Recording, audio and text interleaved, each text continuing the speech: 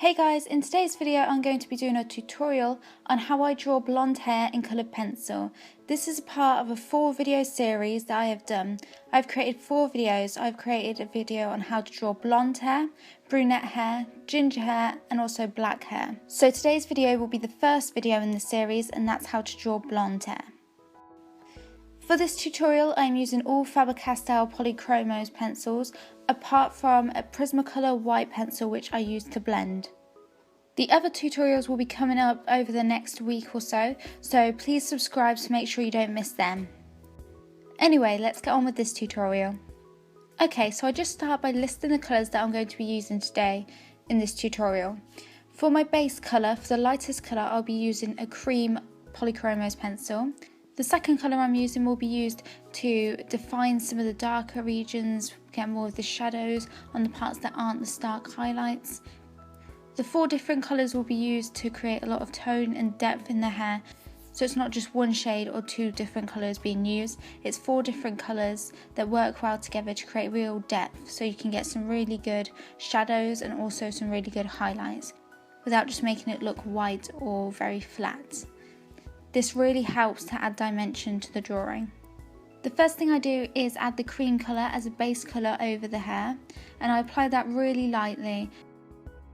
I then go in with the second colour and kind of define where my sketch is so I can make sure I know where those shadows are, and I just use it to add the structure to my drawing so I know which direction the hair is going in and where the darker regions are.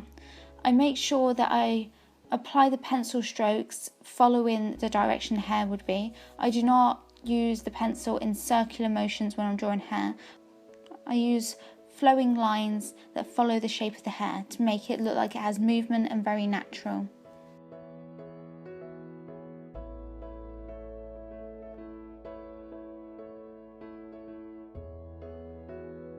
I then go in with the darkest colour and use this to block in where the darker regions are going. So the darkest parts of the drawing, I want to block those in first. Again, I use this by following the direction of the hair, and I don't apply much pressure at all. It all starts very light and it becomes more realistic as we layer. Once I've done that, I add the cream colour over the top to kind of smooth it all out and give it an overall tone to help blend those colours in and make it look like a better transition.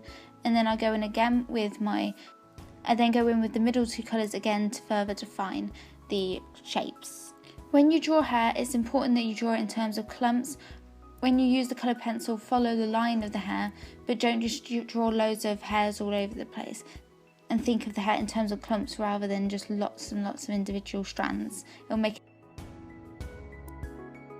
I then go in with the darkest colour again and further block in where those darkest shadows would be.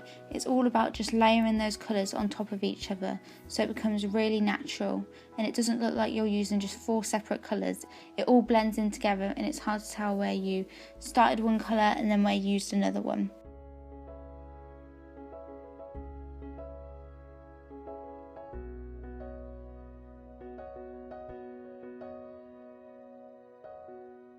I go for the second colour again. It helps to create the general tone because it's got a nice, not too yellow, but it creates a really nice blonde tone.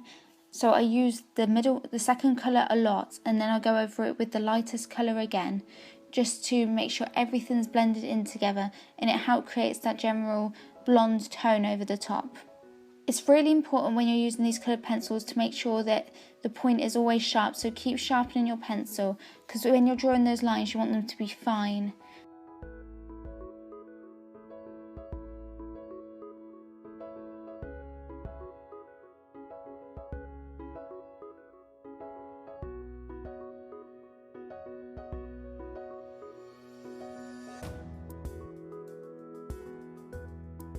I then go in with the white Prismacolor pencil and use a really light hand here.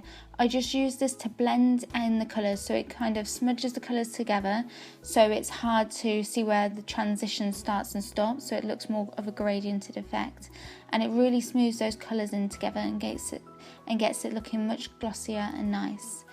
But this is just the first proper layer completed and blended, so we've got a lot more to go yet.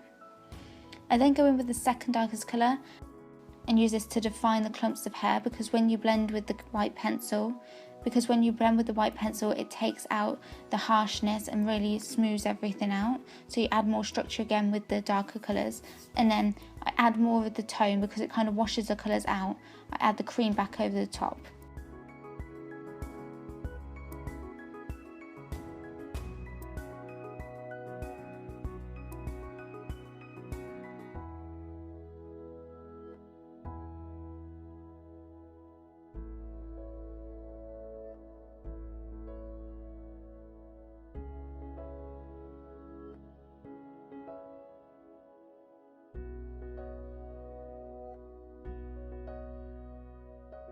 So I carry on with the darkest colours just to keep blocking and adding depth into those shadows.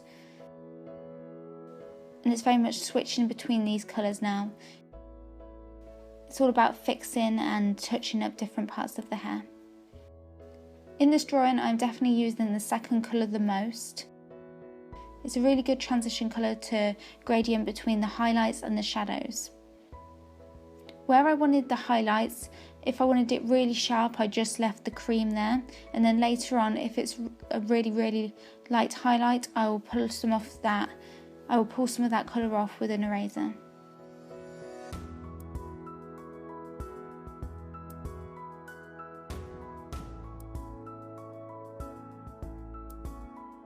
Now I move on to the bottom part of the curl. So again, the first step is just to add the base layer of cream, and I do that really lightly. And then I go in with the second colour and define those shapes so I can see where my shapes and the clumps are going to go. All the time I'm following the direction of the hair. This gives the hair the motion and the movement. I don't really add the second colour where I want the highlights. I kind of leave that whiter just with the cream on that part. Also, if you notice at the bottom of the curl, I've done a few little stray hairs to start with. This makes it look more natural. This gives a more natural effect because not every hair will be in place. There'll be some flyaway hairs.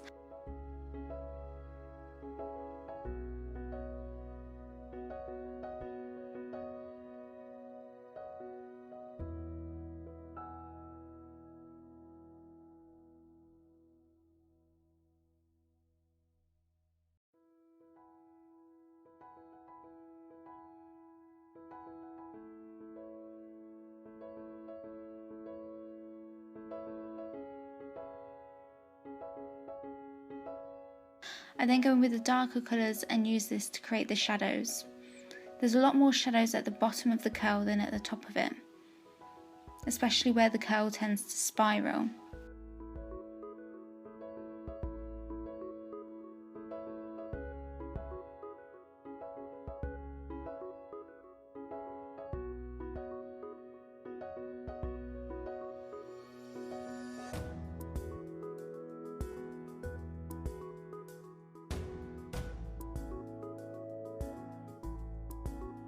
So as you can see, I'm using the second colour to transition between those shadows into the highlight.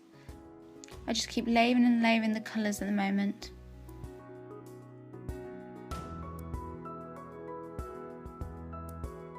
Always making sure that my pencil is really sharp. I then go in with the Prismacolor white pencil to blend out the bottom parts. You can see it really smooths out those colours and really blurs them in together.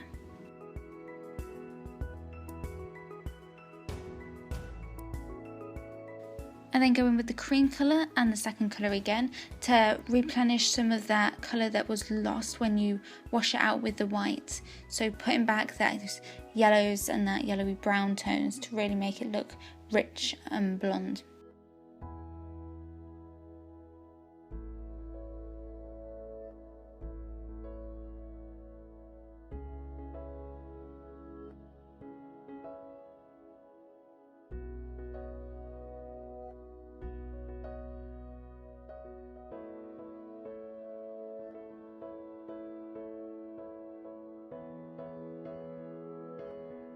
Then go in with the darker colours again, just refining those shadows, making it look really deep to really get the depth and dimension into the drawing. When I wanted some nice yellower highlights, what I did was I sharpened my cream pencil to a really sharp point and applied quite a bit of pressure onto where I wanted those hairs to be a bit brighter yellow.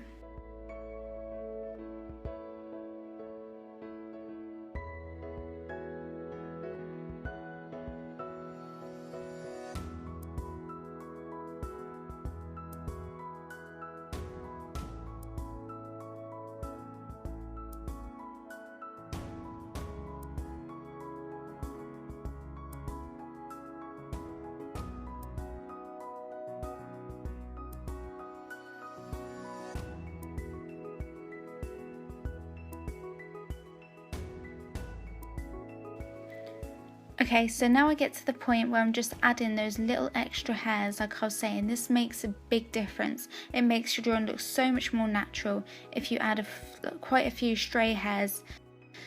And then, because you don't want the strands to be too harsh, if you lightly use an eraser over a few of the strands, it kind of shows some of the hair strands more into the distance, and then where you leave it darker, they seem pulled more to the front, so it really adds dimension to your work.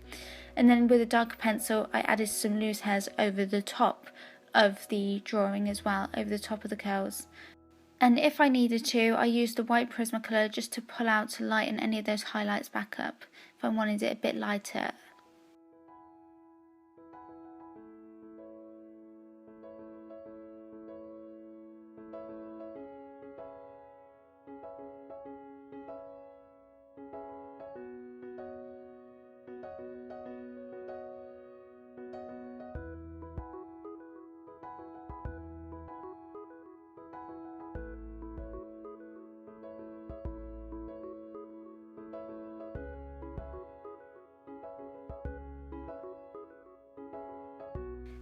I'm just making the final adjustments, but that's it for this tutorial. I hope you guys liked this and found it helpful. Remember to subscribe so you can see the other ones. So I've got the brunette coming, the ginger hair, and also the black hair.